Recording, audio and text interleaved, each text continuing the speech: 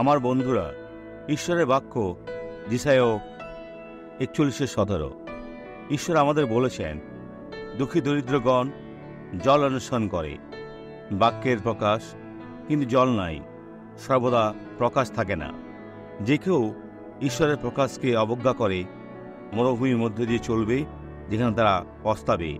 তাদের জিহ্বা তৃষ্ণাতে শুষ্ক হইয়াছে।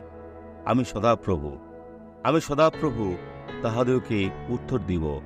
আমি ইসরায়েলের ঈশ্বর, তাহাদেরকে ত্যাগ করিব না। ঈশ্বর কারোর ধ্বংস চান না।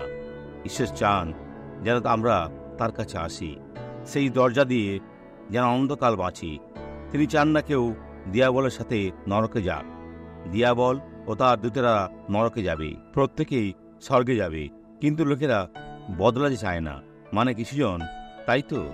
এই সাক্ষ্যটা দেখুন। দেহ নাড়ানোর সময় একটা ঝাঁকুনি হতো, অনেক যন্ত্রণা হতো। যখনই নাড়াতাম আমার মনে হতো পাঁজর সরে গিয়েছে। সেখানে ইলেকট্রিক তারের জন্য ঝাঁকুনি হতো? হ্যাঁ, সেটাই, খুব ভয়ঙ্কর ছিল। এটা কি শেষ হয়েছে? এটা চলে গেছে। যিশু যে তার যুক্ত করেছে তাতে কোনো ঝাঁকুনি লাগবে না। ও ঈশ্বরের গৌরব হোক।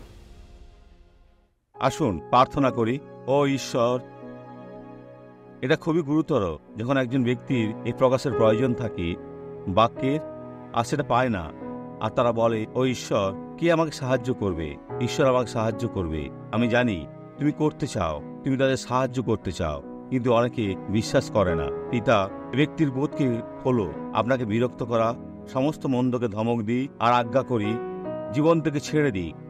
যিশুর নামে দিন শুভ হোক।